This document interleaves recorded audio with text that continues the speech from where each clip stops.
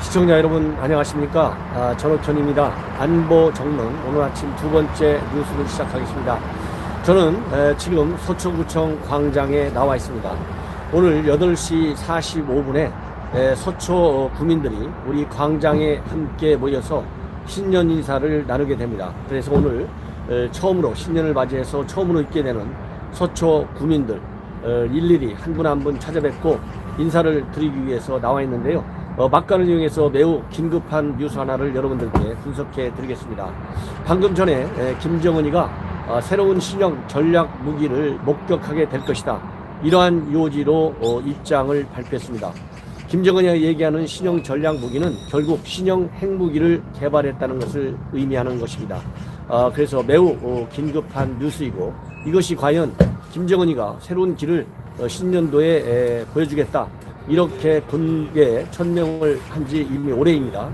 그런데 이것과 연계시켜서 제가 분석해 드리고자 합니다. 이미 제가 여러 차례 걸쳐서 말씀을 드린 대로 김정은이가 얘기하는 새로운 길은 대화의 문, 즉 비핵화 협상의 틀에서 벗어난다, 이런 얘기는 하지 않을 가능성이 크다. 왜냐하면 기본적으로 북한과 미국 공이 이 대화의 장을 깨고 나갔다고 하는 책임에서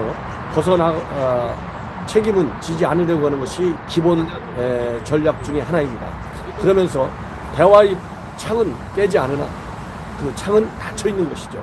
이런 입장에서 창 안에 창문을 닫아놓고 속에서는 도발을 철저히 준비하고 있고, 김정은이는 미국은 이러한 북한의 군사 도발에 대해서 절대 용납하지 않는다는 군사적인 응징 태세를 갖추고 있고, 그러한 응징 보복 개념을 일반에게 공개함으로써 김정은이의 도발을 최대한 막아내는 시간을 벌려는 계산하고 있을 것이라고 하는 것이 제가 지금까지 시청자 여러분께 보도해드린 내용의 골자입니다.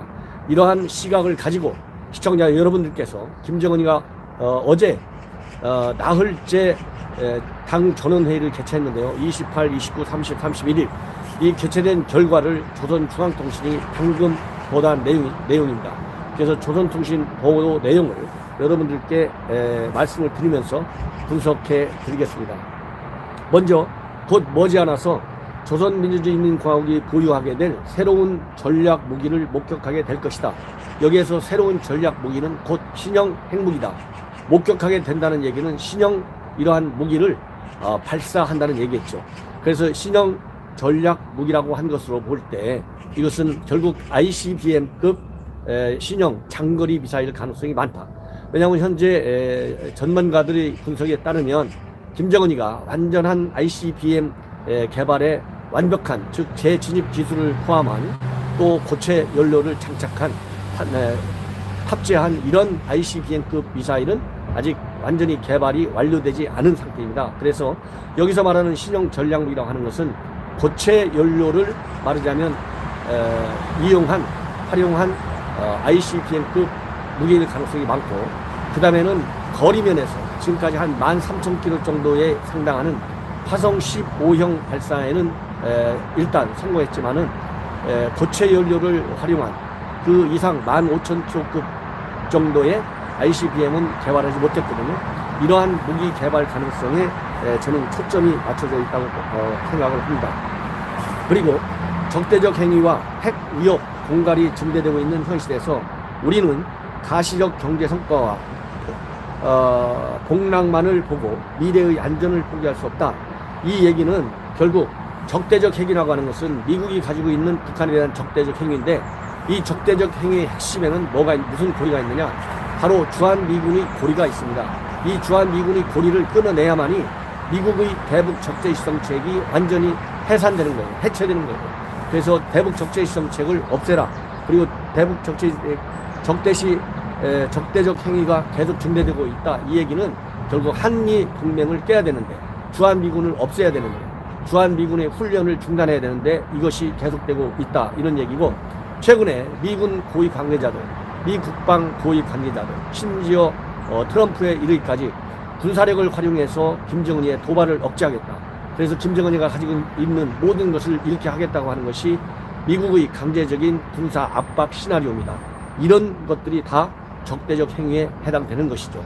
특히 미군의 최첨단 정찰 자산을 활용한 매일 계속되는 정찰활동, 이것도 적대 행위로 보고 있고, 이 핵 위협도 말하자면 핵전쟁도 피하지 않겠다라고 하는 미국의 강한 시나리오, 이미 백악관 내부 소식을 전하는 트럼프형 자서전을 통해서 이 작가들이 밝혔어요.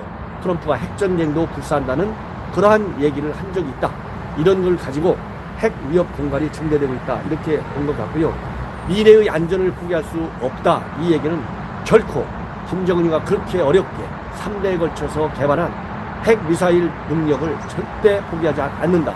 그러니까 미국이 얘기하고 있는 하노이 회담에서 얘기한 빅딜 전략 절대 수용하지 않겠다라고 하는 강력한 의지를 표명한 것입니다. 또 미국의 강도적인 행위들로 하여 우리의 외부 환경이 경진을 길을 걸을 때나 경제 건설에 총력을 집중하는 투쟁을 벌이고 있는 지금이나 전혀 달라진 것이 없다. 이 얘기는 2018년도에 핵경제 경진 노선을 말하자면 2018년도에 2013년도부터 핵경제 경진 노선을 쭉 선택해 오다가 작년도 2019년도 2018년도 4월에 핵이라는 말을 슬쩍 빼고 사회주의 경제 강국 건설이라고 하는 슬로건을 내걸었습니다. 그러나 제가 누차 말씀드린 대로 이 경제 중시 노선이라고 하는 것이 결국 핵을 폐기한다는 것은 아니고 핵 무력 국가로서의 지위는 확보해 놓은 상태이기 때문에 이제 오로지 경제 건설에 더 치중하겠다는 이런 얘기지, 핵무기 개발 활동을 한다는 것은 결코 아닌데, 일부 전문가들 사이에서는 이것이 마치 핵무기를 폐기하고 오로지 경제에만 전념한다, 이렇게 잘못 해석해 왔는데, 결국은 제가 여러분들께 분석해 드린 대로 핵경제 경진노선으로의 복귀를 시사하고 있는 것입니다. 그 다음에 뭐라고 했냐면, 미국의 본심을 파헤쳐본 지금에 와서까지 미국의 제재 따위에 목이 맬 그 어떤 기대 같은 것을 가지고 주장할 필요가 하나도 없다. 미국이 대조선 적대시 정책을 끝까지 추구한다면 조선반도 비핵화는 영원히 없을 것이다.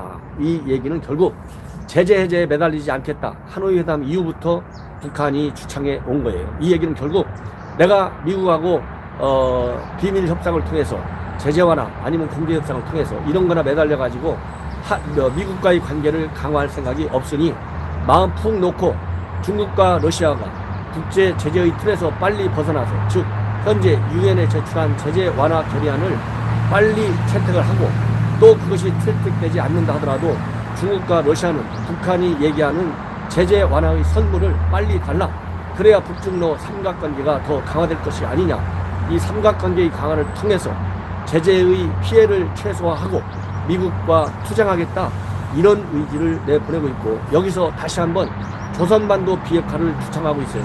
조선반도 비핵화는 결국은 미국이 핵 우산 제공을 하지 말아라, 이런 얘기입니다. 그래서 이 절대 핵 우산을 제공하지 않아야만이 북한도 핵을 포기할 수 있다, 이런 걸 얘기하고 있는데, 이 얘기는 결국 핵 폐기 협상은 안 하고 미국과 협상은 앞으로 재개될 경우에는 핵 군축 협상으로 가겠다, 이런 의지를 표명하는 것입니다.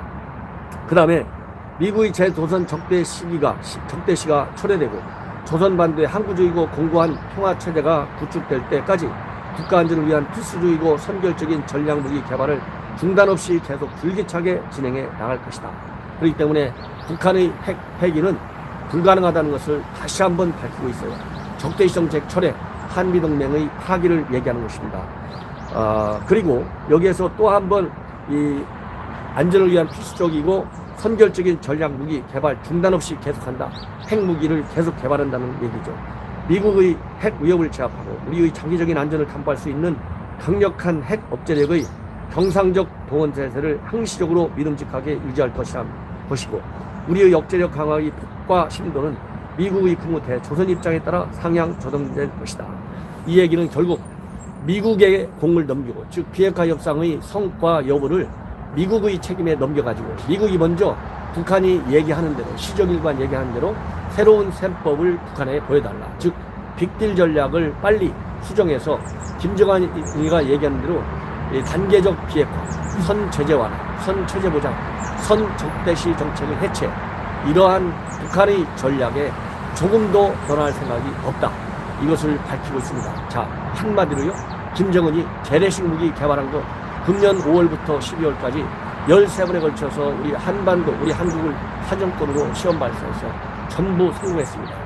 북한판 이스칸데르, 그 다음에 초대형 방사 구연포 등등 5가지에 해당하는 실용 무기를 개발하는데 성공했어요. 이제 김정은이가 하는데 여력을 쏟는 것은 미국 본토를 직접 가격할 수 있는 고체 연료를 활용한 ICBM급 핵무기 개발에 있습니다. 이것을 개발 중에 있고 이것을 곧 시험 발사한다.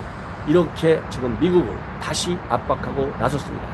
이러한 압박 속에서 이제 올 봄까지 그리고 금년 내내 트럼프가 선거 국면이 본격 진입되기 때문에 새로운 행정부가 구성될 때까지 트럼프하고는 더 이상 실질적으로 북한의 비핵화를 진전시킬 수 있는 협상은 하지 않고 시간을 질질 끌면서 시간은 바로 김정은의 편에 있다.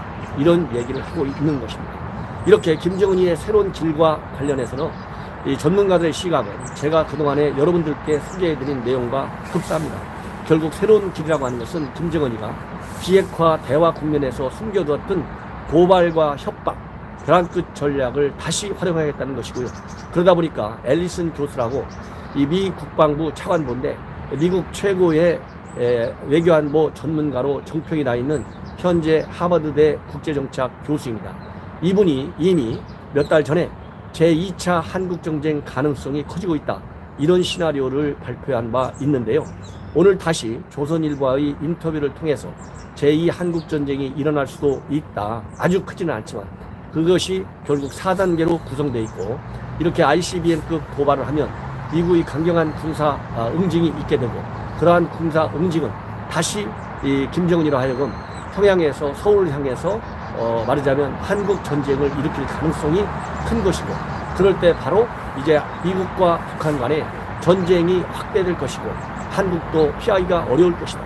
이런 시나리오를 발표하고 있는데 이럴 때 우리 국민들 특히 애국 세력들은 현 문재인 정권이 평화 경제 또 금강산 관광 타령 이런 것을 하는 현 정부의 외교장 안보 정책 용납할 수 있겠습니까? 오로지 위기 시에는 힘만이 힘으로 이겨야 합니다. 힘과 힘의 대결. 현재 북한은 핵무기를 가지고 있고 우리 한국에는 핵무기가 없어요.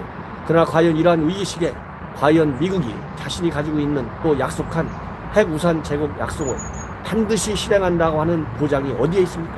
그때그때의 전쟁 상황, 그때그때의 국제적인 역학관계에 따라서 아무리 동맹이라 하더라도 현재같이 현 정부가 한미 동맹의 신뢰를 보여주지 않는 한 우리의 안보는 폭풍 전야에 지금 놓여있다.